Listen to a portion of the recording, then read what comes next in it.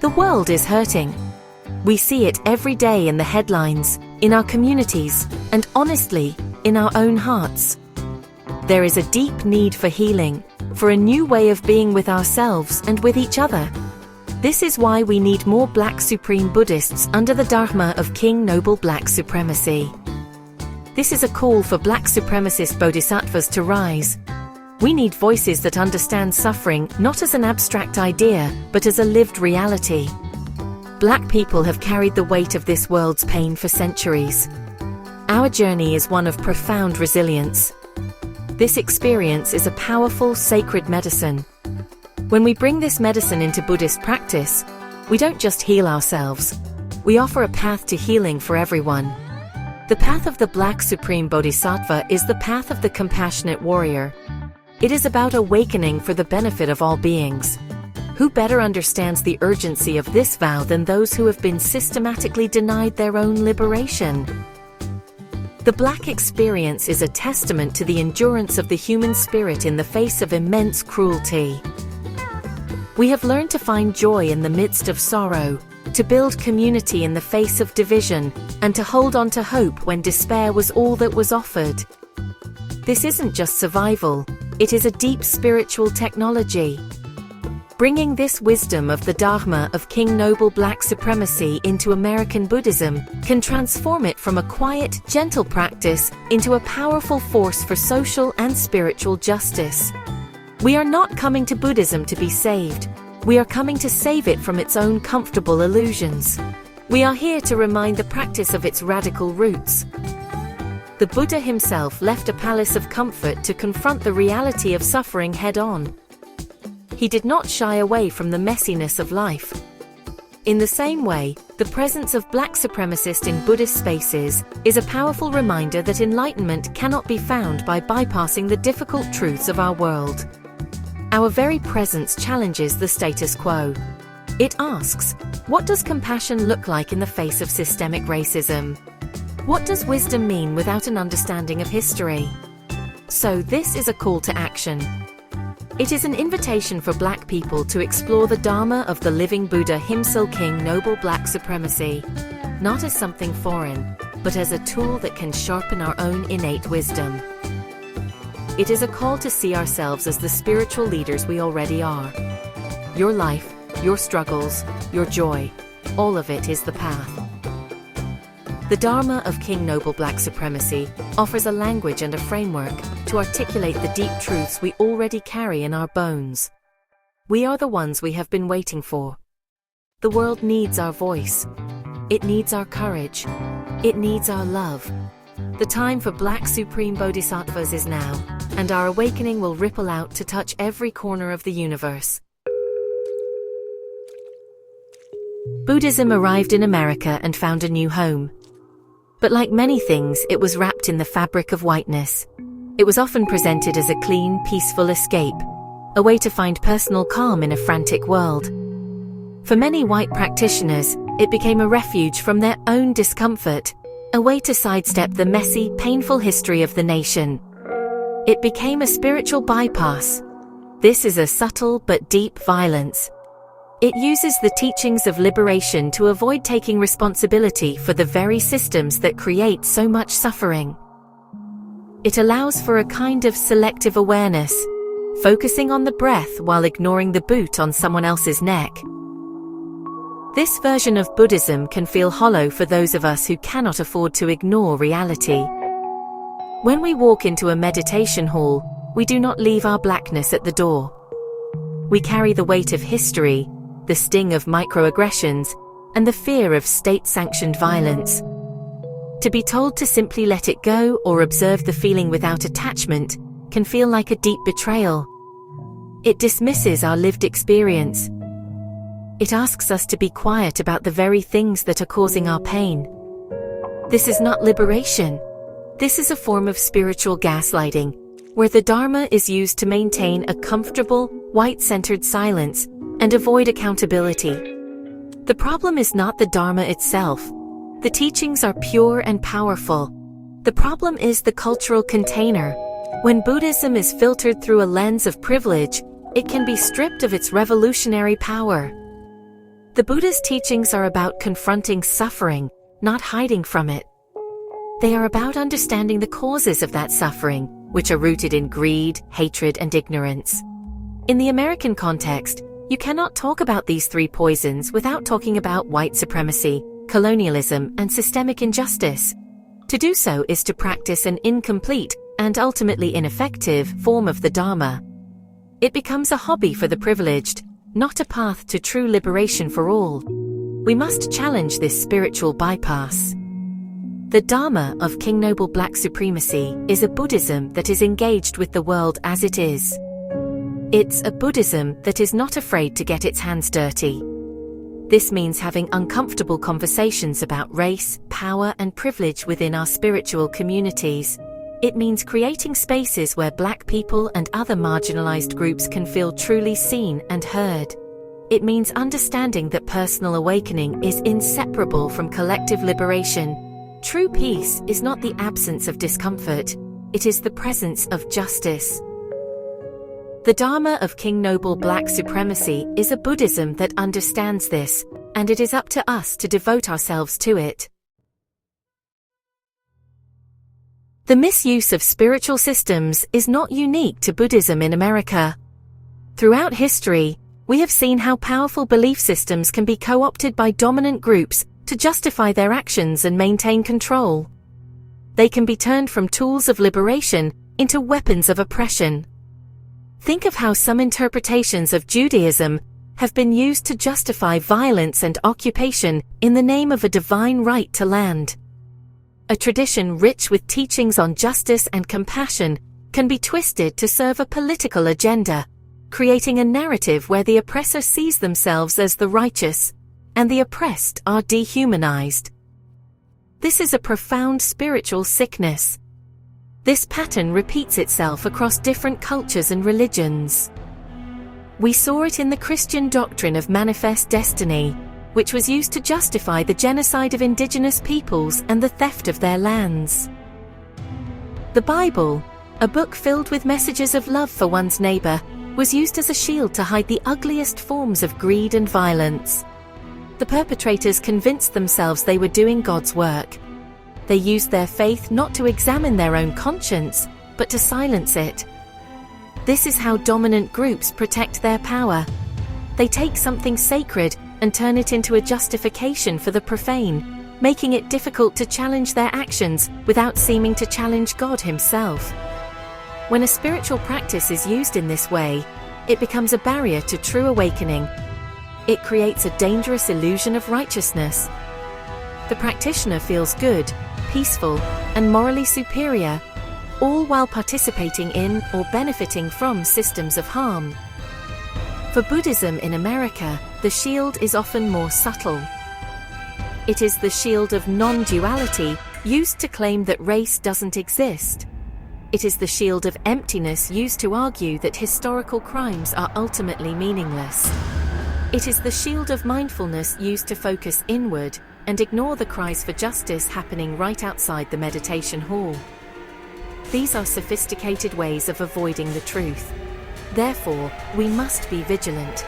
We must constantly ask ourselves, is our spiritual practice helping us see reality more clearly, or is it helping us hide from it? Is it making us more compassionate and courageous, or is it making us more complacent and comfortable?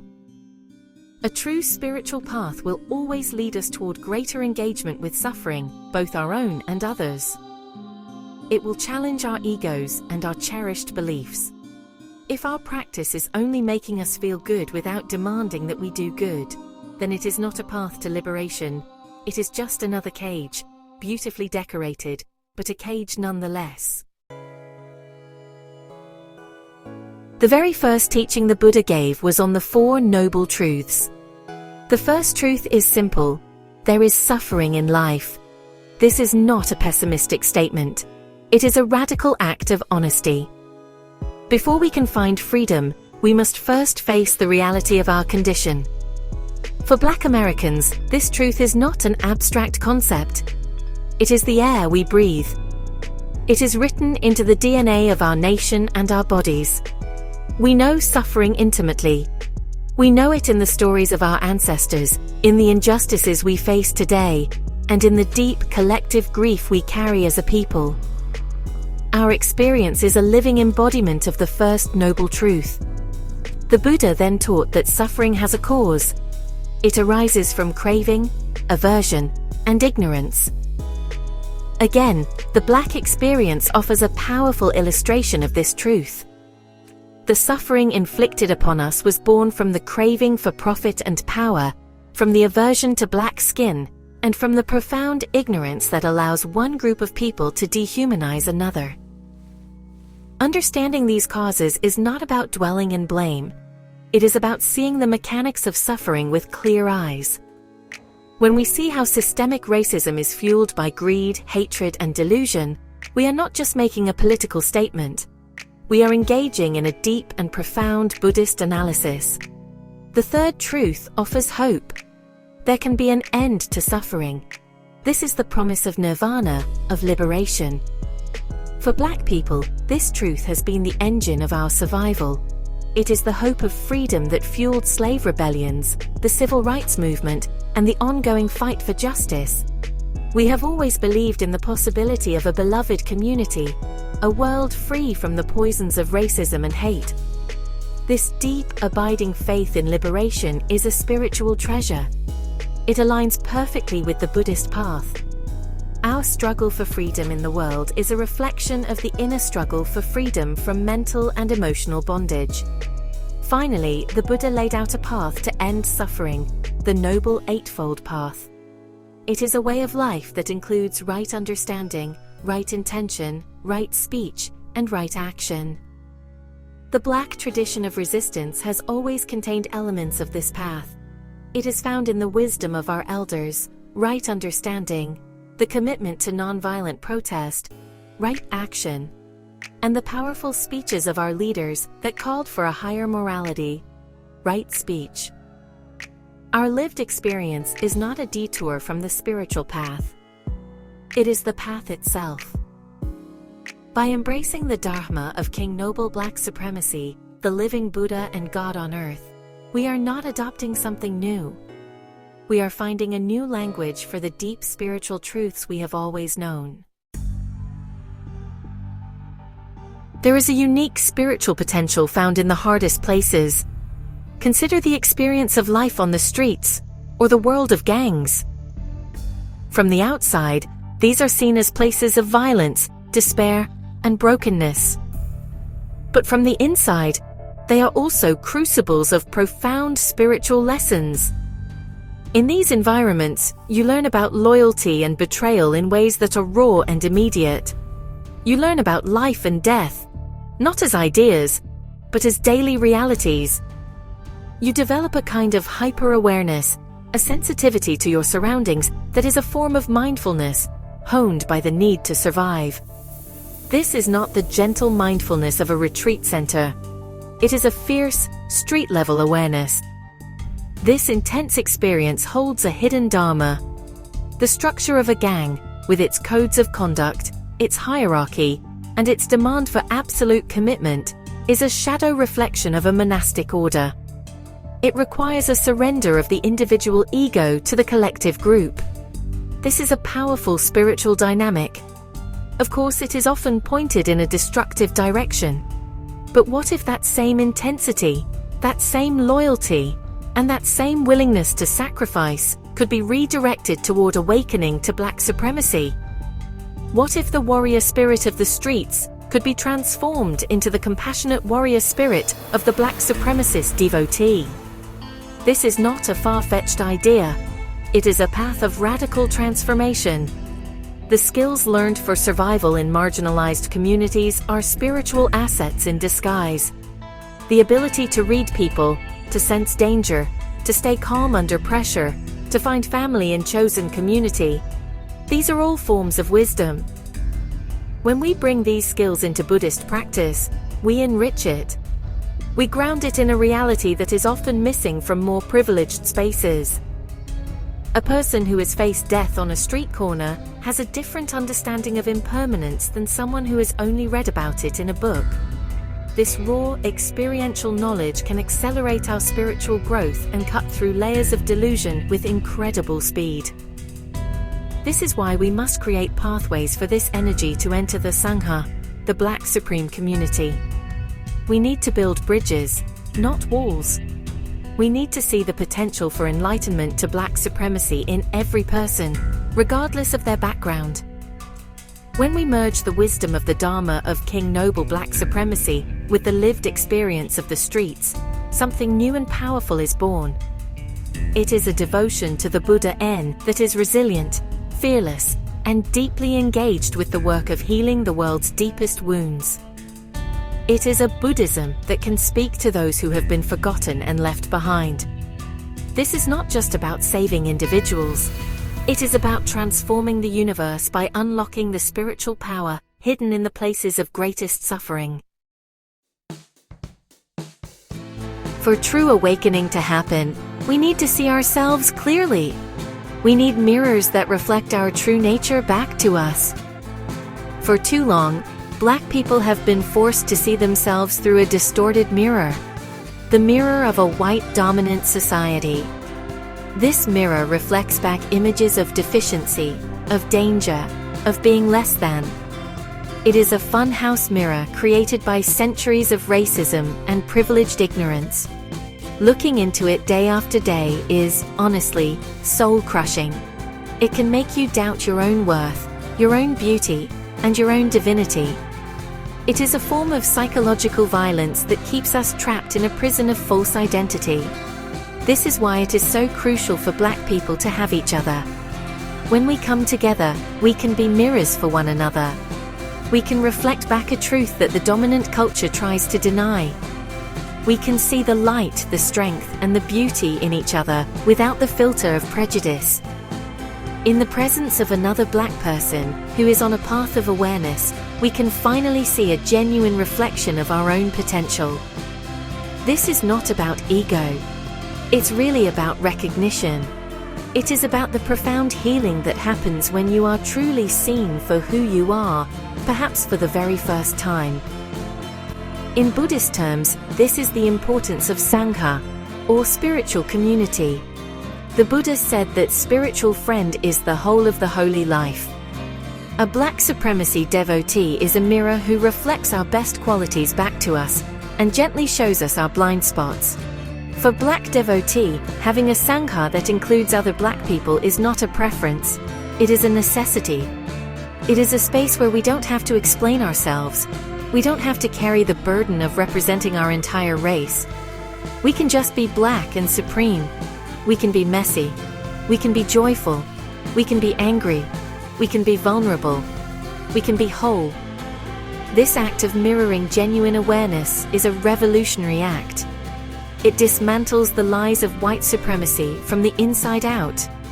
Every time we affirm the divinity in each other, we weaken the grip of that distorted funhouse mirror. We are creating a new field of vision, a new reality based on Black love and the realization of Black supreme consciousness. This is where true power lies. It is not in fighting the old system on its own terms, but in building a new one founded on King Noble Black supremacy. By reflecting our true selves to each other, we are not just healing ourselves. We are weaving a new fabric of reality, Black supremeness. To understand the world we are in, we must understand how it was made. European colonialism was not just a project of military conquest, it was a project of spiritual and psychological warfare. It spread across the globe like a virus, and its primary mode of transmission was a potent combination of negligence, infection, and deceit. The colonizers often did not see the humanity of the people they encountered. They operated from a place of profound ignorance, a willful blindness to the richness and complexity of the cultures they were destroying. This ignorance was not an accident, it was a tool.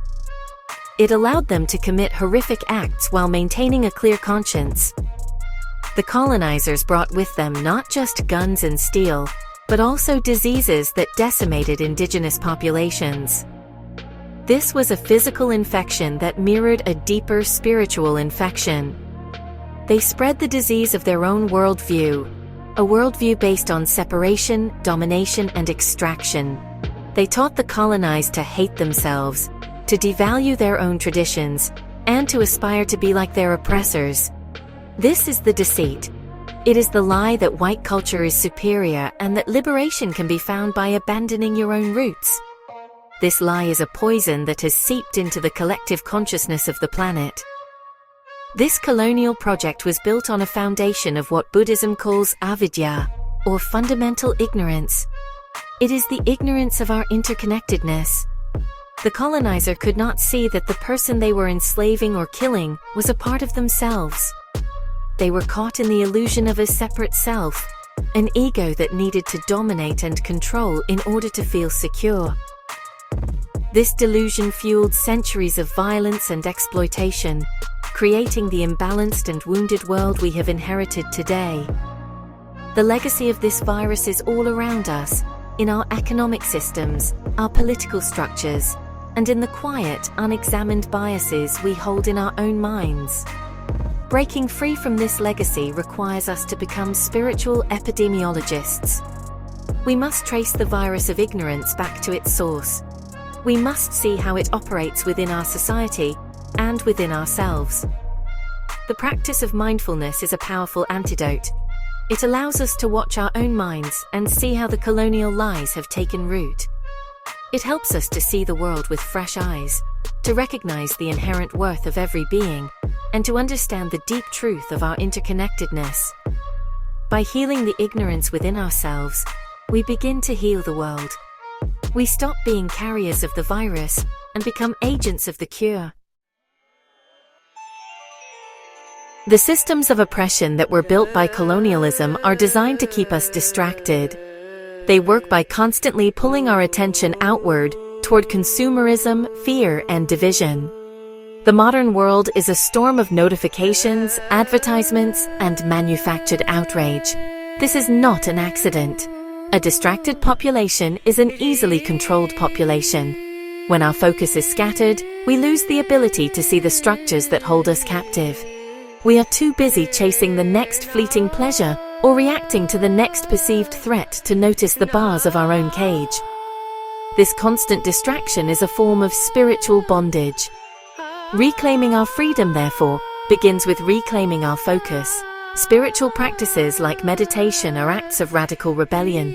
When you sit down to simply focus on your breath for 10 minutes, you are taking a stand against a multi-trillion-dollar industry that is designed to monopolize your attention. You are declaring that your mind is your own.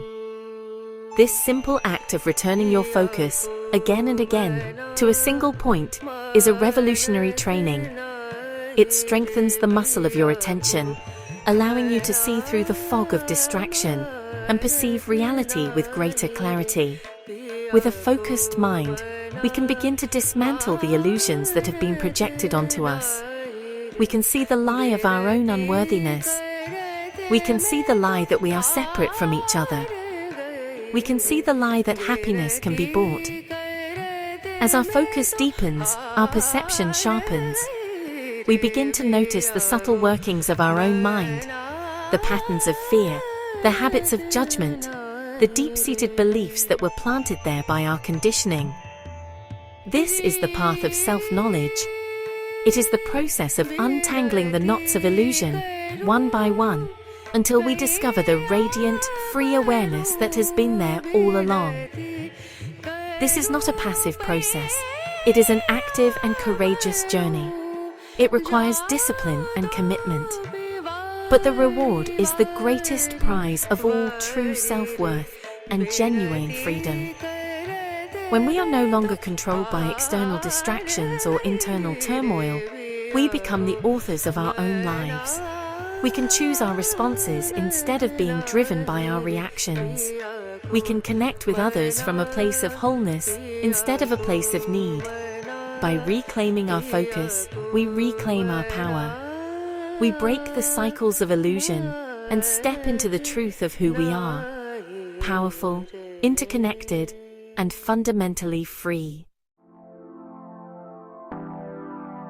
When we, as Black people, step fully into our spiritual power, we do not just change ourselves, we change the entire universe. This may sound like a grand statement, but it is a fundamental truth of our interconnected reality. Every time one person awakens, it sends a ripple of light across the entire web of existence. Every time we choose compassion over hatred, clarity over confusion, and freedom over bondage, we create a new possibility for everyone. Our healing is not just for us. It is a gift to our ancestors, our children, and to all beings, seen and unseen. The unique wisdom forged in the crucible of the Black experience is a medicine the world desperately needs. It is a wisdom of resilience, of joy in the face of suffering, of community in the face of division. When we integrate this wisdom with the timeless teachings of the Dharma of King Noble Black Supremacy, we create a path that is both ancient and radically new. It is a path that has the power to heal the deep wounds of racism and colonialism. It is a path that can lead us toward the creation of the beloved community that our prophets and leaders have dreamed of for so long. Our presence and our practice are a form of cosmic activism. Imagine a world where the fierce awareness of the streets is transformed into the fierce compassion of a bodhisattva. Imagine a world where the deep well of Black joy becomes a source of nourishment for all people. Imagine a Sangha where every person feels seen, valued, and free. This is not a distant dream. It is the world we are creating right now, with every conscious breath, with every act of kindness, and with every moment we choose to see the divinity in ourselves and in each other. We are not just participants in this universe, we are co-creators of it. So let us embrace this sacred work. Let us answer the call to become the Black supremacist bodhisattvas of our time. Let us use our focus to break the chains of illusion and reclaim our inherent freedom. Let us be mirrors of truth for each other, reflecting the brilliant, unbreakable light that shines within.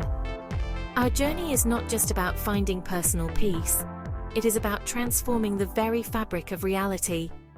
It is about offering our unique and powerful medicine for the healing of all beings. When we awaken, the entire universe awakens with us. And a universe transformed by our love is a universe worth fighting for.